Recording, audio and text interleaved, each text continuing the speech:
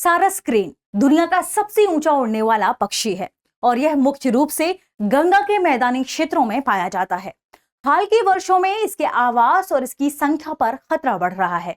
इसी कारण उत्तर प्रदेश सरकार ने इसके संरक्षण के लिए नई योजना शुरू की है, जिसे सारस सर्किट कहा जा रहा है। आज के सेशन में हम जानेंगे सारस सर्किट क्या है, साथ में समझेंगे कि आखिर इसके संरक्षण की जरूरत क्यों महसूस हुई है, यह उत्तर प्रदेश के किस क्षेत्र में शुरू हो रहा है और इसके क्या फायदे हैं।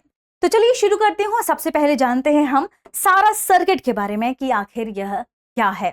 यह एक संरक्षण वाला क्षेत्र है और इसके साथ ही इसे सारस के संरक्षण के साथ इको टूरिज्म परियोजना के रूप में देखा जा रहा है, जिसका मुख्य उद्देश्य है सारस क्रेन की सुरक्षा करना, इनके प्राकृतिक आवास का संरक्षण करना और पर्यटन को बढ़ावा देना। थोड़ा सा इसे हम विस्तार में समझते हैं। सारस सर्किट एक संरक्षण प्लस इको टूरिज्म परियोजना है, जिसका उद्देश्य सारस क्रेन की सुरक्षा, उनके प्राकृतिक आवास यानी वेटलैंड का संरक्षण, पर्यटन को बढ़ावा देना शामिल है। यह योजना उत्तर प्रदेश सरकार द्वारा बनाई जा रही है। इसकी शुरुआत उत्तर प्रदेश सरकार करेगी।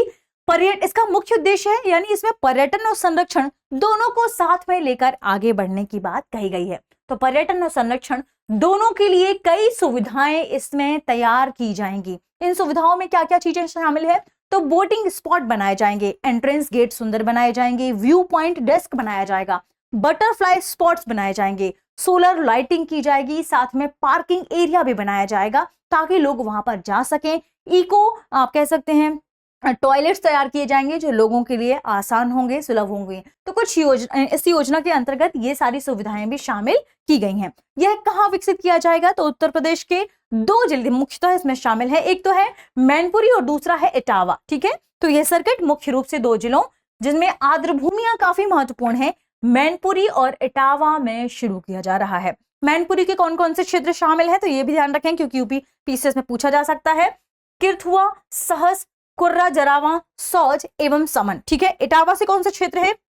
सरसई, नावर और परौली रामायणा वेटलैंड जो एरिया है वो इसमें शामिल किया गया है। इन जगहों पर सारस क्रेन के प्राकृतिक आवास मौजूद हैं, इसलिए इस क्षेत्र को खास तौर पर शामिल किया गया है सारस सर्किट के भीतर। अब हम थोड़ा सा समझते हैं कि आखिर इस परियोजना को कौन विकसित कर रहा है, कौन लागू करेगा और इसके फायदे क्या हैं। इस परियोजना को Uttar Pradesh eco tourism development board और राज्य के फॉरेस्ट डिपार्टमेंट द्वारा लागू की जाएगी। यह परियोजना, ये ध्यान रखिएगा। फायदे अगर पूछा जाए तो इससे क्या क्या चीजें होंगी? पक्षियों का संरक्षण हो सकेगा। सारस क्रेन के अलावा अन्य पक्षियों को भी इससे लाभ मिलेगा, जैसे ग्रे हेरॉन और एशियन ओपन बिल। ये 2 महत्वपूर्ण पक्षी इसमें शामिल किए गए ताकि इनको भी संरक्षण मिल सकेगा। दूसरा है वेटलैंड का संरक्षण ज्यादा बेहतर हो पाएगा, जल का स्तर बढ़ेगा और हम सभी जानते हैं वेटलैंड हमारे लिए कितने इंपॉर्टेंट है। रामसर कन्वेंशन में वेटलैंड के संरक्षण की बात कही गई थी। तो चलिए कमेंट में बताइए रामसर कन्वेंशन कहाँ हुआ था और किस वर्ष में हुआ था। साथ में जलवायु परिवर्तन के प्रभाव इससे कम होंगे। जो नकारात्मक जलवायु परिवर्तन के प्रभाव हम देखते हैं वो इससे घटेंगे। स्थानीय लोगों को भी इससे लाभ होगा। क्यों? क्योंकि रोजगार के अवसर बनेंगे, आय के अवसर सृजित होंगे, स्थानीय पर्यटन का विकास हो पाएगा, उनके लिए आय यहाँ पर बेहतर हो पाएगी, लोग वहां घूमने जाएंगे क्योंकि सारी सुविधाएं वहां पर एक ही स्पॉट में मौजूद होंगी। पर्यावरण जागरूकता होगी, लोग जागरूक होंगे पर्यावरण के लिहाज से, पक्षियों के संरक्षण के लिहाज से, और उन्हें बेहतर जो आवास आसपास मिलेगा उस हिसाब से उसके संरक्षण पर ध्यान देंगे। लोगों में प्रकृति और पक्षियों के संरक्षण के प्रति जागरूकता बढ़ेगी, ये इसका मुख्य उद्देश्य बताया जा रहा है। तो चलिए आगे बढ़ते हैं और देखते हैं हमारे प्रश्न को। प्रश्न में आपको यह बताना है कि उत्तर प्रदेश सरकार ने और कितने सर्किट शुरू किए हैं जो उत्तर प्रदेश में ही स्थापित किए जाएंगे। तो इसका जवाब आपको कमेंट सेक्शन में देना है। अगर आपको ये वीडियो पसंद आई हो तो अपने दोस्तों को जरूर शेयर करें और चैनल को सब्सक्राइब कर लें। शुक्रिया।